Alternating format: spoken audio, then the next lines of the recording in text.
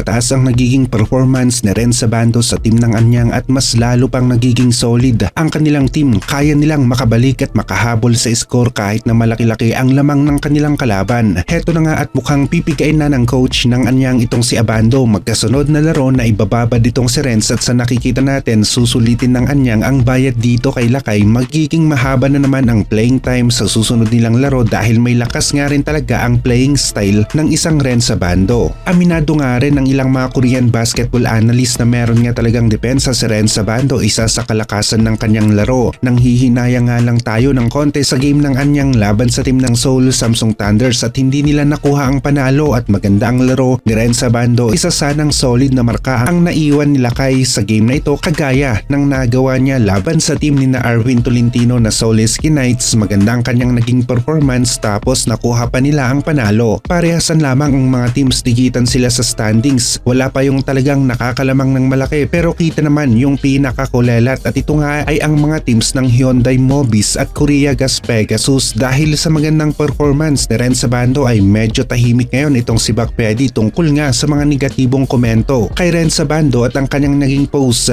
naman ngayon ay ang magandang performance ni Renz Abando. Gaya na nga rin ng nasabi natin, hindi talaga natin masasabi ang tunay na kabuuan ng laro ng isang manlalaro kung naging maganda ba ito o hindi at masasabi lang natin o makikita na natin ito sa katapusan ng season. Kitang-kita yung mga block shots ni Abando sa kada laro, yung lakas ng kanyang depensa, merong pressure sa kalaban kaya naman kanilang tira ay nagmimintis nga rin. Maging sa opensa ay hindi nagpapahuli si Renz Abando, nagpakawala ng 40 points sa kanilang last 2 games. Kaya naman walang masabi sa ngayon ang page na kagaya ni Bakpedi. Sakto na sana ang laro ni Abando kung nagawa niyang may pasok ang kanyang tres para sa overtime at kung nakuha pa nila ang panalo mas lalong maiinis ang tagapuna ng kanyang laro. Yun nga lang, meron talagang pagkakataon na yung mga panablang tira, buzzer beater shots ay hindi nga rin pumapasok. May tiwala ang mga kakampi ni Renz Abando sa kanyang laro, lalong-lalo na ngayon dahil madalas na nga siyang binibigyan ng bola at hindi naman sinasayang ni Abando ang mga pagkakataon na ito. Madalas ay go hard talaga sila kay para sa kanilang opensa. Susunod na makakalaban ng Anyang ang defending champions na LG Sakers at nakikita natin na halos parehasan lamang ang larong ito. 3-1 ang Anyang habang 3-2 naman ang LG Sakers. Pwedeng magawa ng Anyang na umangat sa standings, kunin nila ang panalo para maging 4-2 sila habang ang LG naman ay magiging 3-2 sa standings. Kogas Pegasus nga lang talaga ni na SG Belangel ang talagang